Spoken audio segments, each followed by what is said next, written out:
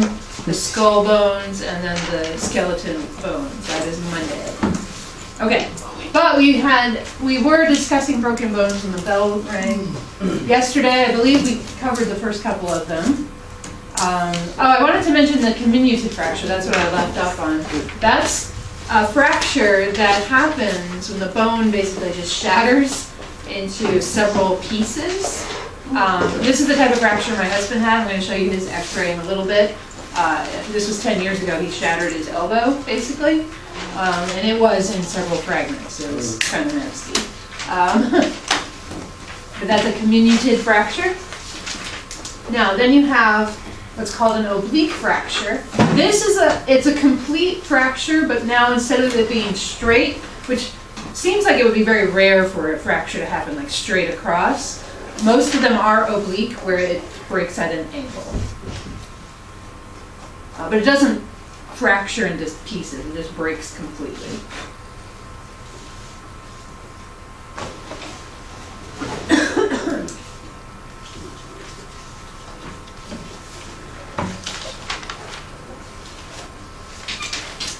All right, the next one always kind of makes me cringe a little bit, simply because I can't imagine an injury that would cause this, and it's a spiral fracture, which is the result of twisting.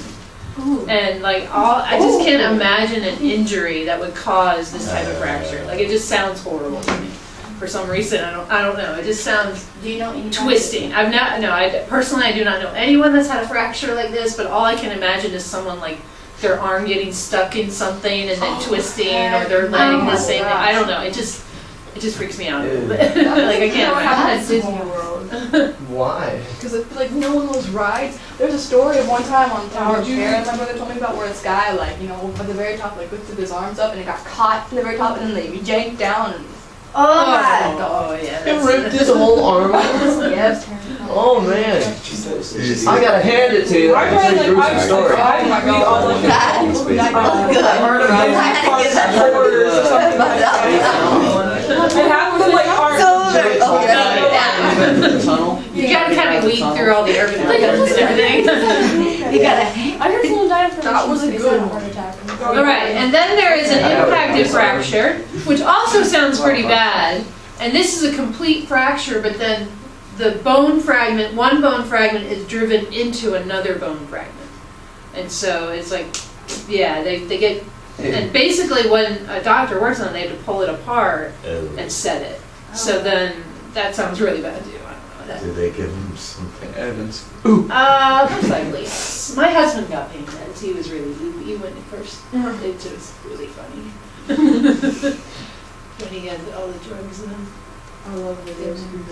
Not like Sky. She had got like one. She went down for like something. I think it was like get her teeth out or something. And when she woke up, oh my gosh, she was like so loopy. She's like, "Do I look like Tia?" Because like Tia, like when she takes this medicine, she's like very like not herself and all that. And so she's like, "Do I look like Tia?" My mom like died laughing. I was like, "We want to get on video." Okay, so this is a series of x-rays that shows a fracture on someone's leg, actually. Let's see. It's actually a fracture of both the tibia and the fibula, so both lower leg bones. I think it was a motorcycle accident. So you can see that these bones are not lined up properly, right? There's a zipper on the x-ray. Don't ignore that. I think it was because he was wearing, those leather pants because he was riding a motorcycle. So that's just a zipper. Just ignore that part. But they took an x-ray the day before they cut off his clothes and everything. So they took the x-ray and you can see where it was shattered right there. You can see both bones are just not in a line anymore. Right at that point right there. That's where it broke. And it broke both bones. I don't know. You always hear horrible stories with motorcycles. My dad rode a motorcycle, got in an accident. My husband's father got in an accident on a motorcycle. It's just, yeah, I don't know. I don't know why anyone would ever want to ride one. But, so that's a complete break. Now this is then for X-ray B. Let me see how much later it is. 4 months later. Now, 4 months later, the bones have united, and we're going to talk about how it heals. They've united, but it's still not very You can still see deformity in it. So the bones are healing at this point. This type of fracture would probably take quite a while to heal completely, right? So that's 4 months later. And then the third one is over a year later. That's 14 months after the initial accident. You can see it's a lot smoother, straighter. It still doesn't probably look completely, and it won't, but then you probably wouldn't see a deformity anymore in the leg. And it does, there's a lot of smoothing out that has happened. You don't really see the fracture site anymore. Remember, you could still see it here, but you can't really see where it's fractured anymore. So that's what happens over time. This is just a picture to show you the different breaks that we saw. Like I said, I always look at that E, the spiral one, and go, oh. E just looks terrible. I know, it does. I always look at F looks terrible. What is that? F was F like a... F was the impacted one. Oh. F is the impacted one. E is the twisting one. That's like Mr. Twisty Jesus. C is... Wow. C is the shattered one, the comminuted one. I'm going to talk about my husband in just a minute. All right, but when a broken bone, so when you break a bone, remember there's blood vessels in your bone. And they get broken as well. You die. So, Okay, stupid. and we didn't even talk about a fragment that, you know, there is such a thing that can happen. It's called a compound fracture, and what happens there is the bone actually pierces through the skin. No. It comes through the skin. My sister happened with her pinky. She was a goalie, and her coach was doing drills and just whoop. It was terrible. It can be quite terrible. But a lot of times, broken bones are under the surface of the skin, so you don't really see the blood, but the blood vessels are also broken. So what happens, so this is, I think, immediately after the break. Let me see if I can get a series of what happens here. So blood clot forms at the fracture site, so on both sides there is blood clotting going on. And then, so the whole idea of when you break a bone, sometimes you need surgery to set it. But many times, like if it's just maybe a green stick fracture or a complete fracture, they can just set it, right? And then they put it in a cast so it's immobile. And then this is where the bone, it starts to rebuild itself. It takes time. That's why it has to be immobilized many times, because you want those osteoclasts and osteocytes to start building up the bone material again. And that's what's going on. They replace the clot with connective tissue there, so it's still not bone yet, but it's starting to build. And then in C, what's going on in C? And then this is where the connective tissue gets replaced by the bone. And then there's a smoothing out process. So once the bone has been replaced, your body does smooth out all the lumps and bumps and ridges, and many times you wouldn't be able to tell that there was even a fracture. Why does it swell? Probably because of the break and just the pain and inflammation. That's your body's reaction to the pain, and then the breaking of the blood vessels. So that, yeah, it's going to be swollen, but the swelling does go down, of course, as it heals. Okay, now just a little bit about my husband, because it's kind of an interesting story. So my husband shattered his elbow about 10 years ago, and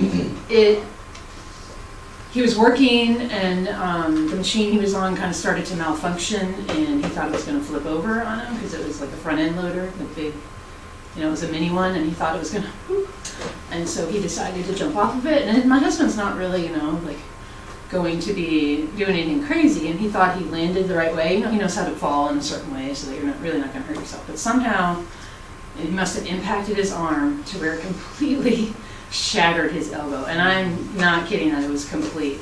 So you have these two bones, radius and ulna. The radius, the head that's right here at the elbow, pieces.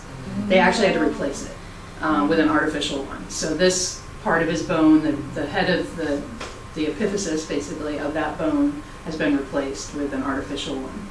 The ulna split. It didn't shatter, but it split into like 3 pieces that they put back together with a plate.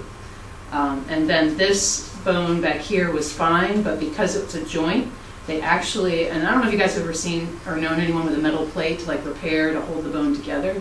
My husband's is actually a hinged plate because it's a joint. So he's got a plate that runs from here to his elbow, and a bunch of screws holding it in there. So yeah, it is. It's kind of crazy. You can still feel it. You can feel where it is.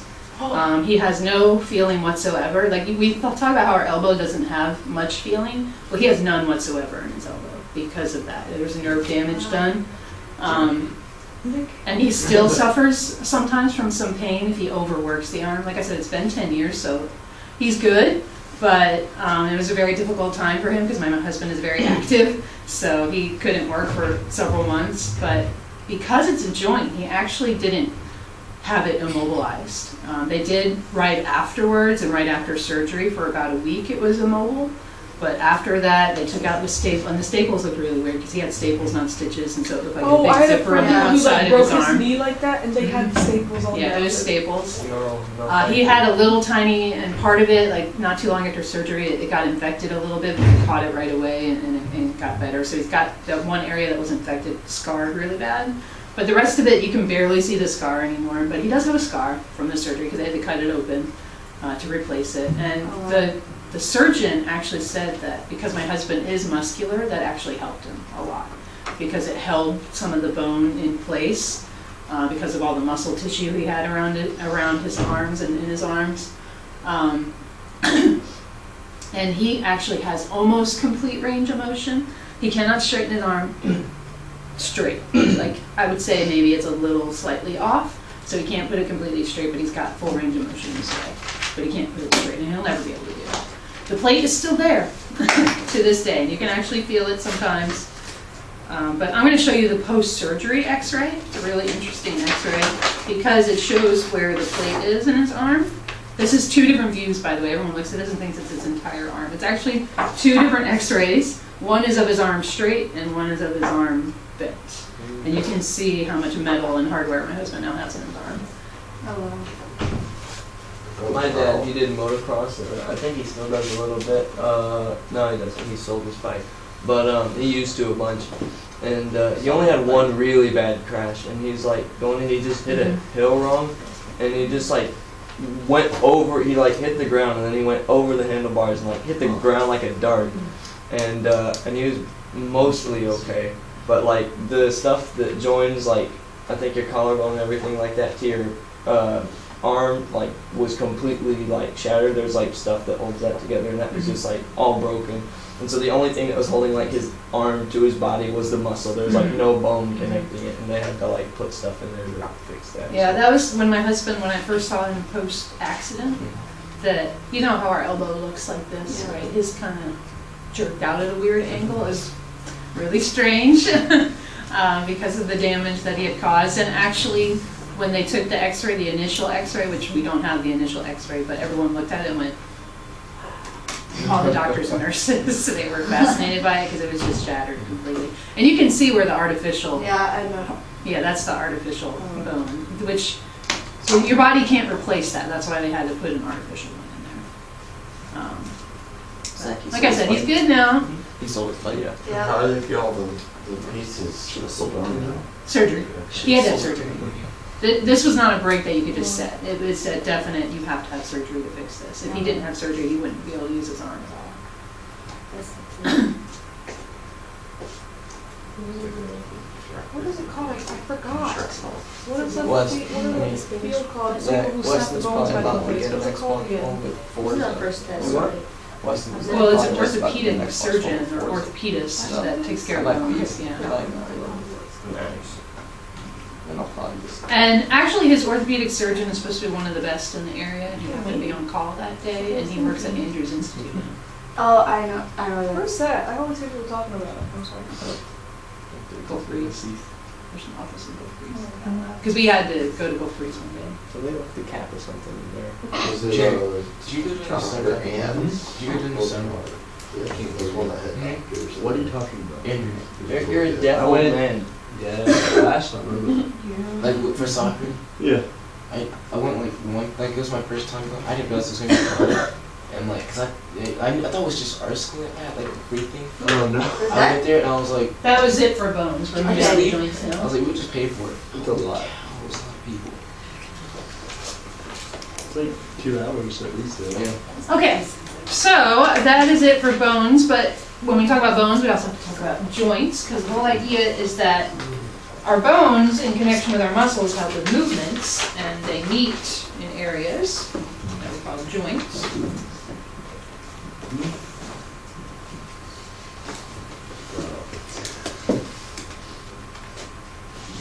So a joint is a connection between two or more bones, or between cartilage and bone.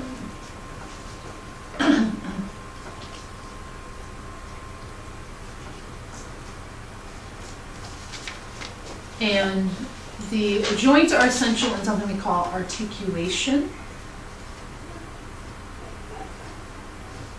Because the whole idea is, like, if you think about your joints, whether it be your elbow, your knee, or other joints in your body, there's movement at that area. So there has to be smooth movement. That's what articulation is. It's the smooth movement of one bone upon another.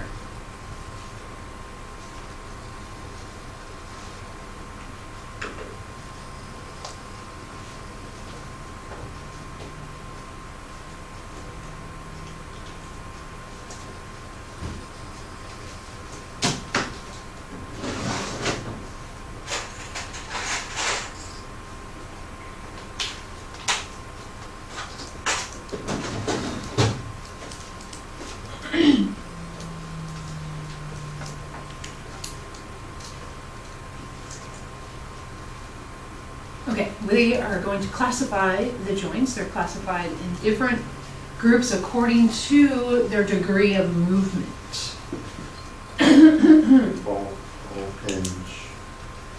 Oh, no, that's a different type. Oh, did you not get it? I could have said like words like a normal person, but my first instinct was Just to whimper.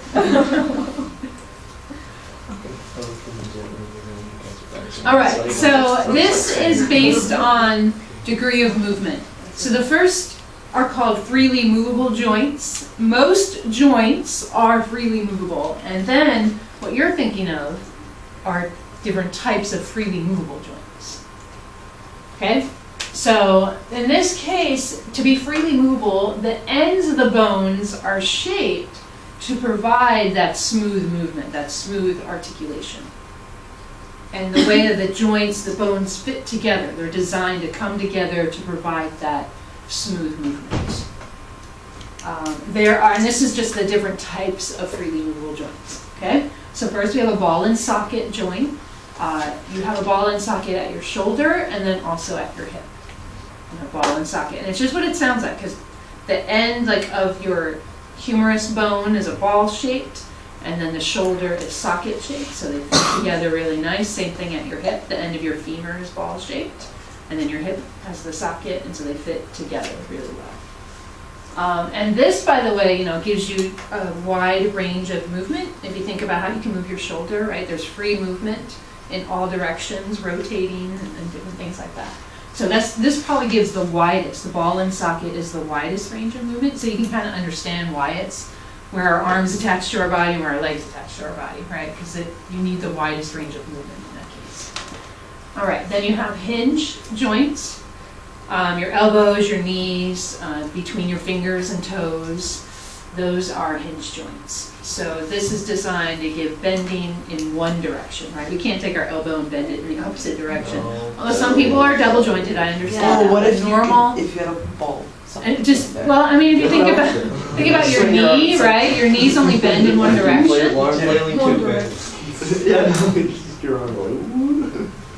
You could spin your arms. If you had like a ball and socket. That's It might be like a helicopter. All right, then we have pivot joints. Pivot joints allow for rotating and swiveling. This is between the atlas and the axis in your neck area. If you think about how we can rotate, right, and swivel our head, that's that joint. And then finally we have a gliding joint. A gliding joint has limited movement sideways and up and down. So if you think of how our wrist moves, right, the sideways movement and then the up and down movement, that's a gliding joint. Also the same thing at our ankles. Same kind of movement.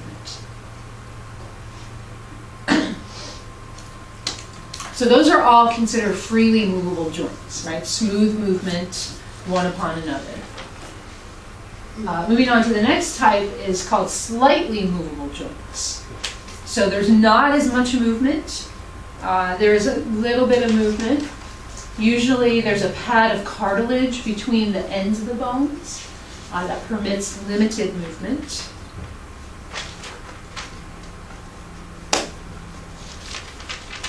An example of this is the joints that connect your vertebrae, right? Your backbone, there are pads of cartilage between each vertebrae. And that allows for limited movement. You think, we can move our back and we can stretch it and bend and all that, but it doesn't move as much as other joints. What's the joint in between the skull and the vertebrae? That's the atlas and axis. Oh, so that's Right, that's a pivot joint, that's correct. So that's a much more movable joint, but the ones actually between the rest of the vertebrae, except for the ones that are fused, right? The sacrum is vertebrae all fused together, and the coccyx is as well. That's not healthy. What? Oh, somebody cracking on. I'm sorry, this is like How many places can we make popping noises? oh, it's like usually I wake up in the morning and I do it, but I woke up at 7:05 and I had to be here at 7:30, so I was like, ugh, just gotta go. The only thing with that is like whenever somebody else do it, it bugs me until I do it. Oh, Wake up yeah. at 7:05, and then that's all I think What did about. I say?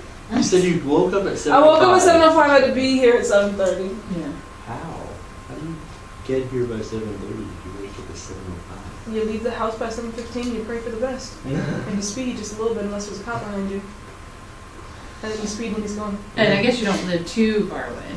No, I live like once you cross the bay over in Pace, like okay. 2 stoplights down. But that can get backed up, can't it, sometimes? Yes, but I'm glad that I left at 7:15 because it's usually like at like 7, like literally at 7:20, like 5 minutes later. Yeah. It's weird how much that 5 minutes makes such a huge difference. And then like that bridge, people just act a fool on that bridge, slamming on their brakes and like all this stuff, and I'm just like, I just want to get to school. Agree that no one knows how to drive on I-10. Yeah. All right, and then we have immovable joints. Bad. So these are joints that are fused together. They're rigid. There is no movement whatsoever between the bones. And so this is what I was talking about with the skull bones. Those are called sutures. That's the term for them. Your skull bones are shaped, they interlock together. But remember, when you're born, they're not that way. When you're a child, the sutures haven't formed. There's space, there's cartilage between them. They have a term for that. It's called a fontanelle. And that's, like I said, it's because a child has to be born through a birth canal. And so the head, if it was already rigid, that would be bad. So the head squishes just a little bit when it's born. So if all the bones aren't connected, can you if there wasn't any muscle there, could you see the brain? You don't see the brain because it's filled with this fibrous membrane. Okay. But it is soft. That's why they talk about the soft spot on a baby's skull. It's that space because the sutures are forming. And it's sometimes why some children, when they're born, their head looks kind of odd. But it goes back to normal. It's a temporary. What do you call it? Fake head.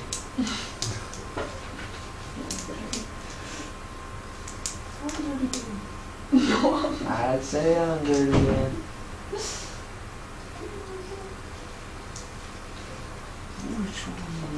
Dirty,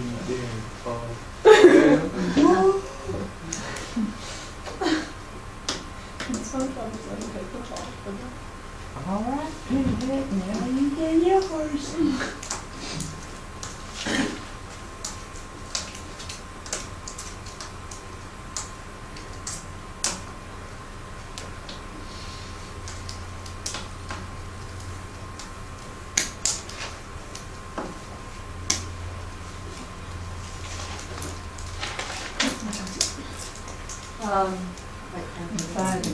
Just trying to figure out how much time we have left. All right, now, with joints, the bones are held together. There's 2 different things that can hold a joint together. There's ligaments and tendons. Now, to go from connect bone to bone is called a ligament. All right, so these are connective tissues that extend from one bone to another bone. And it's really an extension of the periosteum. So this is not an extension of a muscle. It's the extension of that periosteum, that fibrous covering of the bone. And it stretches over. It can stretch over a joint from one bone to another. Those are ligaments.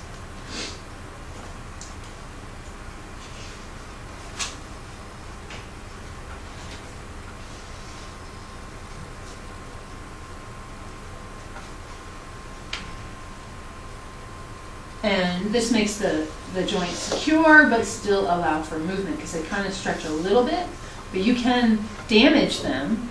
One of the most common sports injuries is like the injury to the ACL. L stands for ligament. I don't know what the A and C stand for, but I know that L is for a ligament, and it's in your knee area. That's about all I know about it. But it's a very common sports injury. For ACE, we went to like nationals or whatever, and like at the beginning of the routine, this girl threw about the opening by cancer and tore her ACL. Like I guess she like landed or something with tore ACL, but she finished the routine. She actually finished it with the injury. She didn't do her tumbling pass, but she finished the rest of the routine. Mm-hmm. I would have cried and like walked off the stage. I would have been like, I'm sorry, I'm done. I'm done. And you can come back from it. It does take surgery and then physical therapy and all that. So it's an injury that can be come back from, but I know it's one that's pretty common. And sometimes it does end sports careers. Take that, physically active people. Doesn't mean you can't be physically active. Sometimes when you're continually physically active, you know, doing the same type of movement over and over again, I think that's what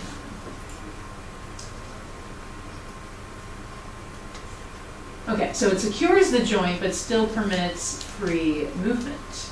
Then we have tendons. Hopefully we can finish this up. And that is muscle attached to bone. So the extension, the very end of the muscle, is called a tendon, and that's what attaches muscle to bone.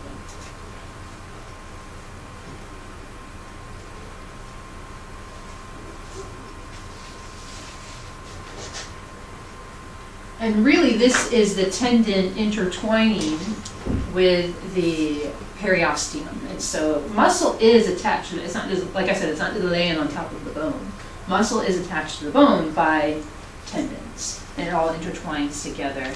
And they can also extend over the joint. I don't know if I have that part in there. Yes, most of them extend over the joint and also hold the joint together. So it fastens the two bones together that form the joint.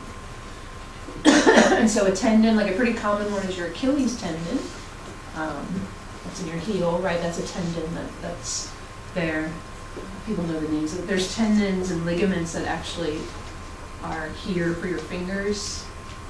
Those are tendons, I